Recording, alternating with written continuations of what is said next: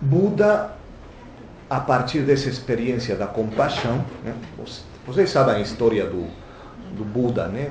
O Siddhartha Gautama, que é um príncipe na corte que vivia ignorando completamente o mundo, e até que um dia faz a experiência da dor humana, né? A compaixão, sente compaixão quando sai da corte do palácio, etc., e se encontra com o mundo, né? Então, a partir daí, Siddhartha Gautama, um Buda, vai renunciar finalmente ao Nirvana para poder ajudar a seus irmãos, né, que estão sofrendo. Para poder ajudar aqueles que sofrem, ele vai renunciar àquilo que ele poderia ter atingido facilmente, o Nirvana, né? Então, essa solidariedade tão grande, claro, é intrinsecamente teofânica.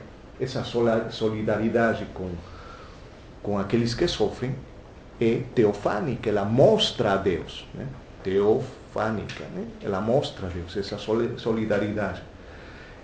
Mesmo se pode ser considerada, a partir de algum ponto de vista, como um ato meramente humano, mas nesse ato meramente humano, sem dúvida, aparece Deus, né? Nessa solidariedade. Porque tudo isso brota de uma tríplice negação que é intrínseca a toda a experiência de Deus. Qual é essa tríplice negação dentro dessa experiência fundamental da compaixão, né? Que tem uma tríplice negação. A primeira é a negação do ego. E olha, entenda-se bem, é a negação do ego, não é a negação da pessoa, né? Do sujeito, é a negação do ego, né? Primeira negação. A segunda negação é a negação, que poderíamos traduzi-la como a negação da propriedade privada, né? A negação da propriedade privada. E a terceira negação é a negação da força. Da força, do poder, poderíamos dizer. Porque Deus é amor universal. Claro. Deus é amor universal. São três negações que poderiam nos colocar no âmago dessa experiência do budismo, né? Que fazem os budistas, né? O budista, e não sabemos se é ateu ou não, né? Não vamos afirmar nada, mas o budista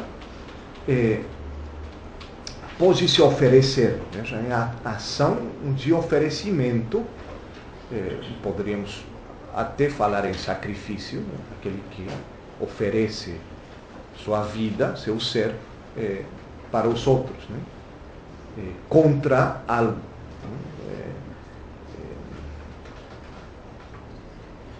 Lembra-se aquela experiência de Mateus, né? Do Evangelho de Mateus, Mateus 25, a mim o fizestes. Não foi o que estava preso, foi aquele que estava nu. Não. O Senhor responde, é a mim que o fizestes. É a mesma relação que aparece aí. Essa entrega do budista, né? A mim foi feito aquilo, né?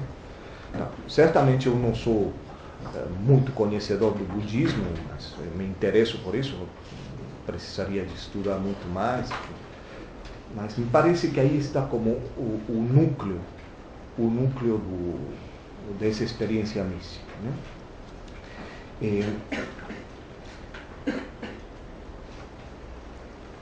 Tem um autor que diz: os homens sofrem pela paixão que é cega, mas existe um caminho longo de saída desse sofrimento, que leva à libertação do desejo, que converte o ser humano em ser iluminado. Essa saída do sofrimento é um caminho longo.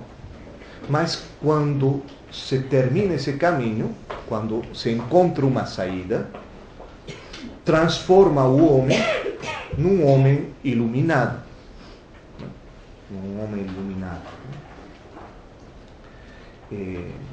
Então, esse caminho, essa frase é de um autor latino, não? Benares, um sermão de Benares, mas pouco interessa. O importante é que esse caminho é aquele que vai ser feito pelo Buda, por Siddhartha Gautama, que é um ensinamento hindu sobre a mentira do real, ou a inexistência do real. É justamente nossas paixões. A gente falou das paixões a vez passada, quando falávamos da Filocália, lembra? E a gente está como amarrado a essas paixões. A gente precisa fazer esse caminho de libertação até atingir a iluminação. Aquele que atinge a iluminação é o homem libertado e pode chegar a se falar no budismo daquilo que estaria em relação ao Atman hindu, que poderíamos chegar a qualificá-lo como a negação do Atman, de alguma maneira, Atman, né? A negação, que seria a negação do ego, não a negação da pessoa, mas a negação do ego, que na linguagem negativa coloca uma ênfase nessa reação contra o hinduísmo, né? Se trata de não afirmar-se, mas de poder superar aquilo, porque o risco do hinduísmo seria esse. Para o budismo, o risco do hinduísmo seria chegar a ficar numa afirmação do ego. Então, é a grande crítica do budismo ao hinduísmo, né? E a diferença aparece aí. Então, o importante agora é compreender que a alma do Buda é misericórdia. E o espírito do amor que salva os homens é precisamente a misericórdia que acompanha sempre os homens. E esse espírito de misericórdia de Buda nasce no contato com o homem. E em contato com ele, com o homem, nasce a fé nos homens. Então, no budismo existe uma espécie de fé, estou falando com minha própria linguagem, buscando uma explicação para mim, uma confiança nos homens. Isso é importante. Uma confiança nos homens, que eles podem fazer esse caminho. Essa compaixão com aqueles que sofrem, em contato com aqueles que sofrem, aparece esse caminho da compaixão, e aí precisamente aparece no budismo uma fé nos homens. Pode-se confiar no homem, porque o homem pode ser misericordioso. Então, estamos saindo meramente daquilo que poderia ser meramente o terreno sapiencial, né? E entrar mais no âmbito do místico, para compreender que o budismo oferece uma palavra-chave para o Ocidente naquilo que convém lembrar, né? O Ocidente tem um problema que o budismo nos lembra constantemente, é a questão da atenção. é um ponto-chave. O budismo, quando faz esse caminho, não se está falando da atenção. A gente pouco atento, não percebe as coisas. Então, é a chamada de atenção para nós. A atenção é importante. E a atenção não é só a atitude de fixar os olhos em algumas coisas, fitar os olhos em alguém, colocar atenção em uma coisinha, mas é um olhar, a atenção é um olhar capaz de penetrar aquilo que está no fundo do mar da vida, né? Aquilo que está além das alterações, além dos movimentos que estão só na superfície, né? Então, a atenção é a capacidade de captar aquilo que está na profundidade, né?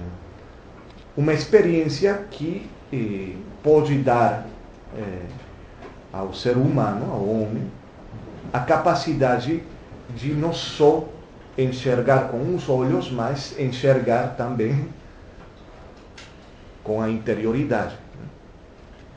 Na mística cristã, o olhar contemplativo tem uma semelhança imediata, já imediatamente estamos entrando. O que é a contribuição do budismo para o cristianismo? Essa atenção, sem dúvida. Porque a questão da misericórdia está presente no cristianismo, evidentemente. Mas a atenção, essa capacidade de penetrar no mais profundo, e não só é a atitude contemplativa, mas é a capacidade da descoberta daquilo que está lá no fundo. Não é só atitude, senão através da atitude atingir aquilo que está mais longe. Aquela atitude mística, aquele que fecha os olhos como quesito para poder começar a caminhar, aquele que tampa os ouvidos para começar a ouvir, aquele que fecha os olhos para começar a enxergar, né? Só lembram que a gente já falou, só aquele que é capaz de fechar os olhos pode ver a realidade. A realidade só é possível enxergá-la com os olhos fechados. Mas esse é o começo, porque a mística cristã, dirão outros autores, finalmente, é poder ser contemplativos no movimento, na ação. É poder ser contemplativos com os olhos abertos. Poder ser místicos, mantendo os olhos abertos. Mas isso não é contraditório, não. É possível, não se trata da atitude física de fechar os olhos só, né? Mas se trata de essa atenção que o budismo nos coloca como tarefa, né? Bom, seria como o coração da experiência, a compaixão e essa atenção da realidade, né? Na experiência fundamental budista. Agora, se a gente teria que olhar os limites dessa experiência, a gente poderia falar muito, mas eu não concordo com aqueles que reduzem o budismo a uma simples sabedoria. Dizem, o que é o budismo? Então é uma simples sabedoria e ponto. Eu acho que não, seria muito injusto. Seria muito injusto dizer que o budismo é simplesmente uma sabedoria. É uma sabedoria, claro que é uma sabedoria. Por exemplo, eu ficaria chateado que alguém caracterizasse o cristianismo simplesmente como o amor. O cristianismo é o amor. Mas não é só o amor, né? O budismo é uma sabedoria, mas não é só uma sabedoria. Bom, então, contudo, eu acho que sabedoria e amor, budismo e cristianismo, seria uma maneira de caracterizar as duas experiências místicas, né? Sabedoria, amor, poderia ser.